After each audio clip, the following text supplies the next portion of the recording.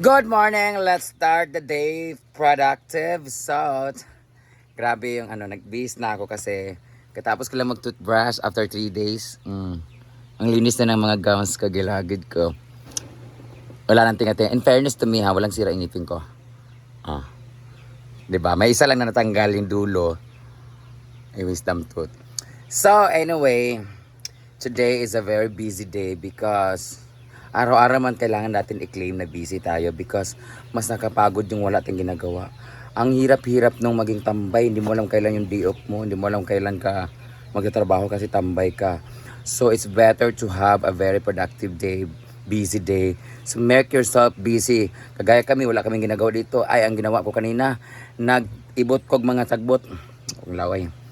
Nag-ibot ko mga sagbot, nag-ibot, tas nagtanim ako ulit ng mga halaman na gusto ko. And then pagkakit ko dito, si Britney naman ay nagbablog naman. Dito naman siya ay naglilinis ng aming damit. Isiniseparate na namin yung aming mga private na damit doon sa mga pang pickleware. So lahat ng pickleware namin nilagay namin sa baba. Diyan na yung mga paddle namin, yung mga bola and everything. Diyan na. Tapos ayusin niya lahat dito kasi kailangan niya ng pera ngayon. Kasi wala na sila ni Kenzo. So kailangan niya mag-ipon ulit para may panglalaki siya na iba. Linis si Britney ng mga pambahay at panglakaway, panglakad. So ngayon bababa tayo ng ginagawa ng mga bakla. So dyan si Britney, linis siya. Dito naman tayo sa kabilang area. Tapos na kami ni J4. Tapos na si J4 doon maglinis. Ay, hello. Kulangan sila guys. Tapos, dito kami. Ito naman si Yaya! Friend! Igampo mo sila. Ito na ang aming fresh na gulay. Everyday talaga si Ansing laging kumukuha ng gulay. Fresh na fresh. Ay, dapat magpadala tayo kay Karaan ni gulay. Di ay. Ang sarap ng okra na yan kasi guys. Kasi fresh na fresh. May mga... Lagi mo tubig ng talong, Jipord. Yung Giurot din mo Ansing. Unsa na naday ilugay tan sa gulay? Yawa. Kuha na to, mupas. Mupas. Ayo tanang okra pati mo panahot dun ha. Gamay na okra kagalaway-laway. Fresh kangkong din at napalaking tanglad. Tapos hinarvest ko yung sili guys. Ito yung laman ng sili. Ito yung dahon. Nalagyan na magnililaga. Puro kami sabaw ngayon. Ngayong araw, ay ngayong tanghali ay magluluto kami ng tawag nito ng gulay na may bulad dayon. Mamayang gabi magsasabaw kami tapos lagay namin ng sili or pwede din sa munggo. So naglipat din ako, nagtanim ako nito, yung tinatanim ko mga halaman guys. Yung sinabi ko, pagising ko umaga nilinis ko to dito. Kinat ko lahat ng mga itong tinanggal ko to, ayan, tinanggal ko lahat ng mga yan. Tapos nagtanim ako na ano na kasi kinalkal ng mga aso, diyan yung sili na malaki. Diyan kinuha yung mga dahon at ng sili. Ngayon tinanggal ko na siya, diyan na natin nilagay. And then malinis-linis na siya ang ating landscape. Tinaniman ko siya ulit ng bagong halaman. Tapos ito naman, nagpagapang ako dito ng photos. Ito yung tinatawag na photos guys. Kung ano na lang mabuhay diyan. Ayan. Nagsisi nga ako bakit hindi ko siya tinaniman dati pa kasi kagaya ng dati ay dati pa yung tinanim 3 years na yan diyan. Ang laki na gumapang na sa taas. Maganda naman siya tingnan kasi very native yung bahay namin. So dito, nilagyan namin. Nilagyan ko lang kanina lang. Tapos para lumaki yan dyan. Tapos papagapang ko doon. Parang doon, no. Yan, tingnan mo yung sa taas, oh. Diba? Parang ng wild. Ayan. Maganda naman siya tingnan pag puro halaman yung ating bahay, guys. Ayan, kagaya niyan, oh. Ganyan. Ganyan mangyayari dapat dito sa taas. Ayan, gumagapang yung mga ano. Ayan, dapat gagapang dyan sa mga haligi. So, bawat haligi, mayroong mga halaman. So, naglinis na rin sila lahat. Naglaban na lahat-lahat. Naglinis lahat ng CR. Pasensya na sa aming CR talaga lagi. Minsan, pagising sa umaga, walang tubig. Meron kaming CR din sa kabila, guys, sa may tindahan. So, sa lahat ng mga pupunta ng farm, pag walang tubig doon sa aming public CR, meron CR sa may tindahan. Kasi doon nauubusan kasi yung tubig ng tangke. Kailangan pa namin, kasi di ba kailangan pa namin yung tangke ay yung pump para malagay ulit ng tubig kasi yung tubig namin ay isa lang yung pump papuntang pool. Ngayon pag nagpapatubig kami dun sa tangke, kailangan i-off muna namin sa pool para umakyat ng tubig sa tangke. So ganun ka medyo komplikado ang lahat. So minsan natutulog yung mga guests, nahahayaan nila na nag-o-open yung tubig sa sa gripo, sa CR, nauubos yung tubig sa tangke. So pagising nila, walang tubig yung tangke namin. So sana hindi minsan be responsible, pero di natin maiwasan yun. Maiwan talaga. Lagi kami naubusan ng tubig kasi nahayaan na mag-agas-agas ba. So yun. For your breakfast. Grabe talaga yung mga friend ko guys, napaka-healthy na talaga nila. Kung hindi bibigyan ng taning. Kung hindi bibigyan ng taning na 2 months, hindi pa siya di mo, lemon water. May takot ka rin pala, friend, no? Sabi mo kasi ang tapang-tapang mo eh. Wow. Sabi, pipi tayo, magkukwanta. Nag-maintenance ka, friend. Dengan chika. Karon kagabi kita ko siya gawin, tahimik siya ng tambal. Huwag na nalipong friend. Nagharap ka na kagabi? Try mo na kasi magtusok. Pagtusok kali, wad yung kay, gana mo kaon mo. Kan lagi ka. Sige na, friend. Bakit lagi kayo na? Kita kasama nga nag-aray-aray, pagkatusok. Kung sa'yo magkadlukan, di ka gana sa side effect o kanhadlok as tusok. Samantalang ka? Patira ka nga ng patira nung kay ang laki-laki. Nakasalala yan doon talaga. Pero yan, pinipilit yan eh. Kay Efron, bisag kung saan mo kay Efron, dako gito kayo, makaiyagak yung ka. Di, pag ginawa gali, kakumi mo ng ilong sa kadako. Karong itusok, kita ka nga nagreklamo mo, wajud mi na ikuan. Tsaka sa laki mong yan, may ganun ka talagang fear? Friend, layo rin yung kaayo sa kapal ng balat at taba mo.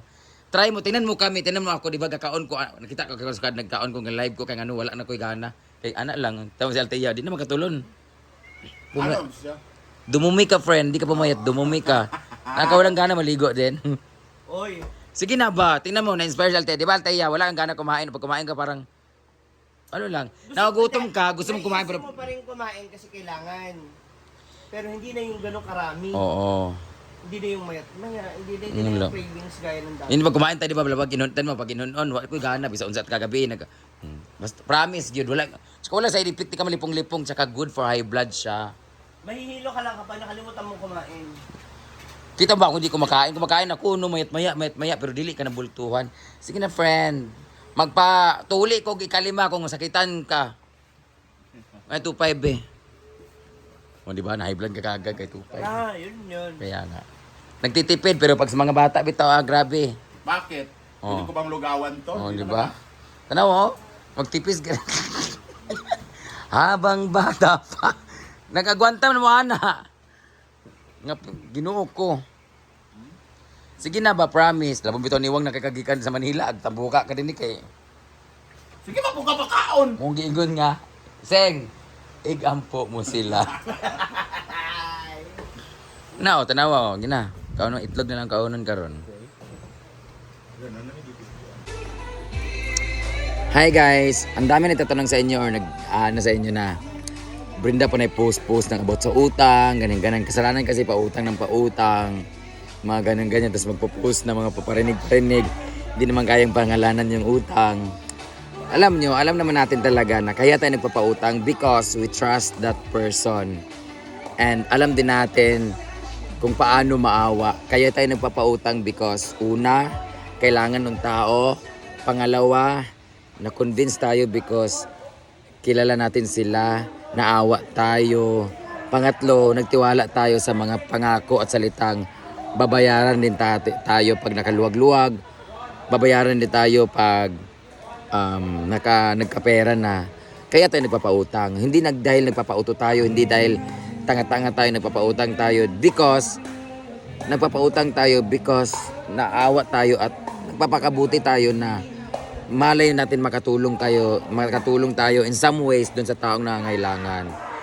But some point, ngayon talaga grabe yung pagsisisi ko kasi simula dati, nagpapautang pa ako. Alam niyo ba, kaya ako masamang loob kasi nagpapautang ako hindi lang naman 1,000, 2,000, 10,000 na mayroon may utang sa akin 200,000, may nang utang sa akin 150,000, may nang utang sa akin 100,000, may 50, 80. Ang dami may utang sa akin kung tutuusin guys. Until now, hindi ko pa nasisingil.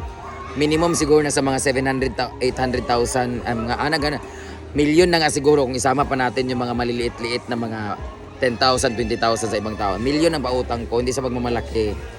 Kasi ang bilis ko talaga magpautang lalo na pag kailangan at natitiwala ako.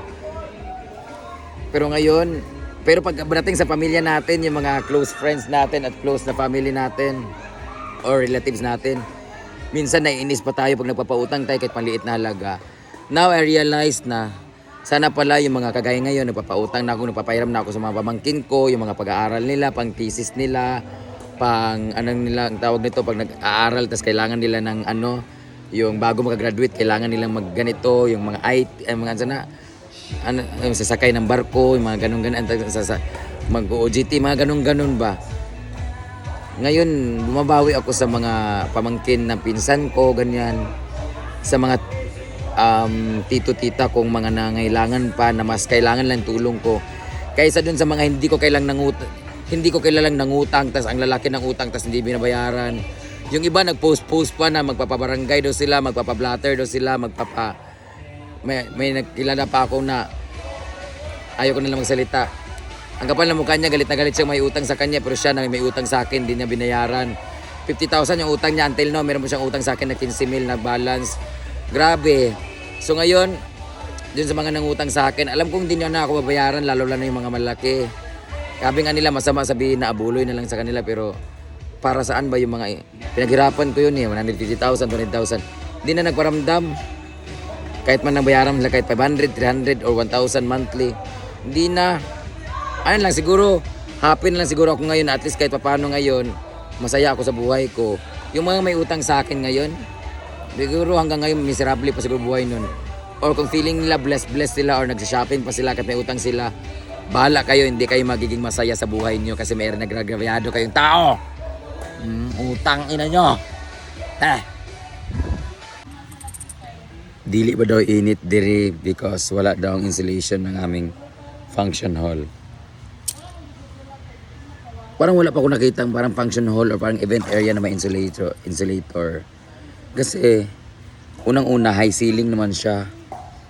Open din siya, so mahangin. Hindi ko lang mag-gets. Meron mga insulator yung iba, pero siguro mag-insulator kung merong ceiling. Kasi from bubong, insulator, saka ceiling. Para bago lumagpas yung init sa ceiling, nandun na siya sa insulator. Ganon, di ba? Tsaka advice ko sa nakita ko, huwag kayong maglagay. Halimbawa, ito yung bubong, bubong. Tapos yung insulator, ididikit mo siya sa bubong. Hindi po dapat ganun yon. Kasi yung init ng bubong, didiretso sa insulator, lalabas din siya singaw na mainit. Dapat daw, pag ito bubong, merong space, may space, saka insulator.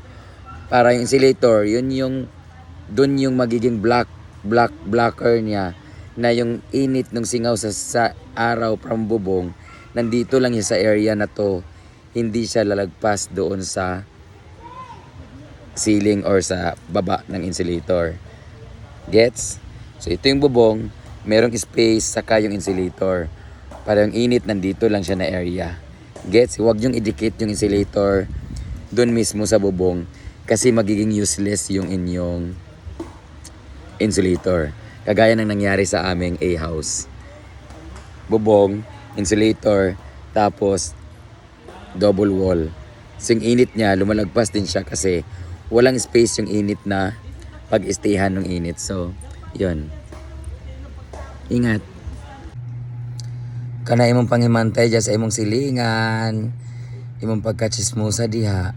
Kung imo pa nang content para na kay vlog. Naka-income pa ka. Napuslan pa na imong baba ng himantayon. Oh. Tanawa ako sa PBB. Gibansagan kong marites. Oh, at least kahit paano.